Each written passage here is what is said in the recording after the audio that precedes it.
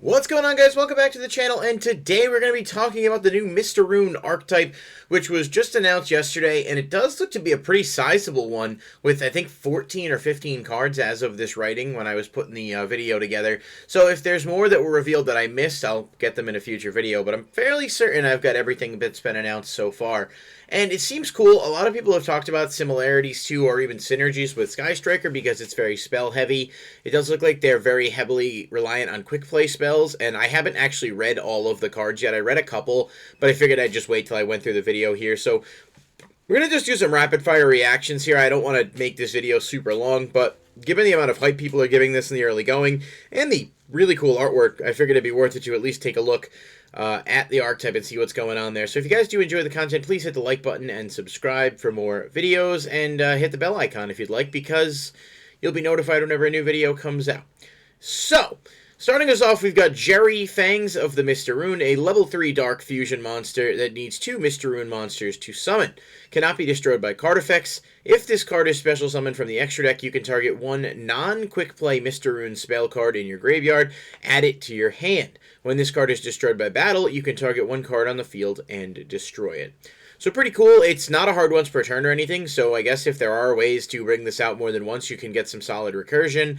The battle destruction popping something is neat, I guess. I mean, it can't be destroyed by card effects, so the opponent does have to find alternative ways to get over it, but I suppose you could just out it with non-targeting, non-destroying removal and avoid that battle effect entirely. I really don't know whether or not it's going to be good because I haven't seen the rest of the archetype just yet.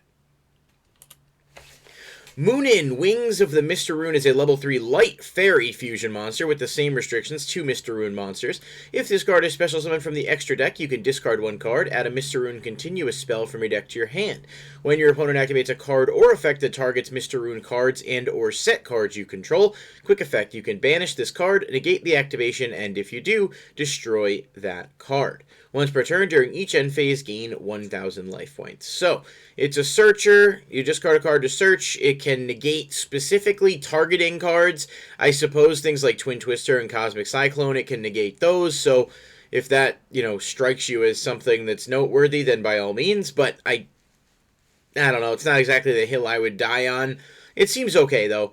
And then, of course, the life point gain during the end phase, no harm, no foul there, I suppose. I don't know whether or not these cards are going to require life point costs to be paid, so it's hard to say whether or not this is, until I have a fuller picture. Just on its own, it's a searcher, so I suppose that works. I just don't know how we're getting these out without, instant fusion, perhaps. Alright, we've got Mr. Rune of the Raging Storm. It's a quick play. Activate one of these effects, but skip your next battle phase the turn after this card resolves. Either banish cards from the top of your opponent's deck equal to the number of cards they control, or special summon one Mr. Rune monster from your extra deck to the extra monster zone. Okay, so that explains how you get the fusion monsters out. This is just a cost-free special one, so that is pretty solid. I mean, being able to either utilize this to, summon Geri and get the a different Mr. Rune from your graveyard back to your hand, or this one will allow you to search. So I can see synergy working there pretty well with these two. Banish cards from the top of your opponent's deck equal to the number of cards they control. I don't know. I mean, the milling, I guess at most you could mill, 12 or 11 cards if I'm doing the math right, counting the field zone. But I don't think that you're, going to be going for this all that often. But let's see what else we're working with here. Mr. Rune of the Golden Droplets. Activate one of these effects, skip your next battle phase the turn after this card resolves. Either your opponent draws one card, then you banish the top 4 cards of their deck, or special summon one Mr. Rune monster from your extra deck to the extra monster zone. So just another mill-esque card, and maybe that's the theme here, which is kind of interesting. You obviously letting your opponent draw doesn't seem like the best idea, but if the theme of this thing is to use these spells to banish, and you're trying to force the opponent to, get rid of their cards quickly, and you can sort of stack them on top of each other, then maybe there's something to it. Being able to get, of course, one of the Mr. Runes out to the extra monster zone is solid as well, and this is a quick play spell, so it does have synergy with some of the other in-archetype cards that recycle them. Alright, seems okay. A line of the Mr. Rune. Activate one of these. Alright, yeah, these are all the same. I'm not going to read that line every time, but it seems like all the spells have you skip your next battle phase after you use the effect. So, reveal one Mr. Rune quick play spell from your deck and one Mr. Rune spell in your graveyard, except a card with this card's name. Your opponent chooses any of them for you to add to your hand. Also, shuffle the rest into your deck, then banish 3 cards from the top of your opponent's deck for each shuffled card. So you reveal one in the deck, one in the graveyard. Your opponent chooses how many go to your hand. If they allow both, then they don't have to banish anything from the top of their deck. If they allow none, then they have to banish 6 from the top. So it definitely is playing into milling here. And then special summon with Mr. Rune monster from the extra deck to the extra monster zone just goes in line with the rest of what we had here. And of course, I suppose the fusion monster's ability to gain life points might work if you're trying to play this kind of stall tactic to be able to deck the opponent out. So maybe that with like Soul Absorption is one of the things that comes to mind. If you're banishing a lot of cards, I could see that being an effective card to have access to. Mr. Rune of Slumber. You can either target one face-up monster on the field, apply this effect to it, then banish the top 3 cards of your opponent's deck. Once applied this turn, that monster cannot attack. Also, next time it would be destroyed by battle or card effect, it is not destroyed. Or you can special summon a Mr. Rune monster from the extra deck to the extra monster zone. So you target the opponent's monster, it can't attack, it also can't be destroyed by battle or card effect this turn, and then you banish the top 3 cards of your opponent's deck. So you're protecting yourself, you're keeping yourself alive. I kind of see where it's going with this.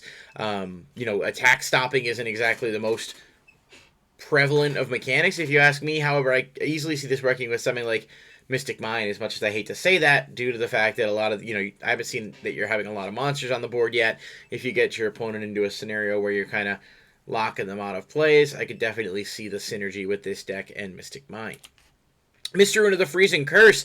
You can either target one effect monster your opponent controls, negate its effects until the end of this turn, then banish the top 3 cards of their deck, or of course special summon a Mr. Rune monster from the extra deck. So this is basically like a Widow Anchor. It's definitely really strong, being able to negate. I kind of wish it didn't have to target, because it would be a lot more impactful, and it doesn't seem like they've given this deck a ton of broken cards or anything just yet, so that would definitely be nice, but I understand the hesitancy to go in that direction. Pretty good though. Negation is always solid, and of course it does have the other effect if you were to need it.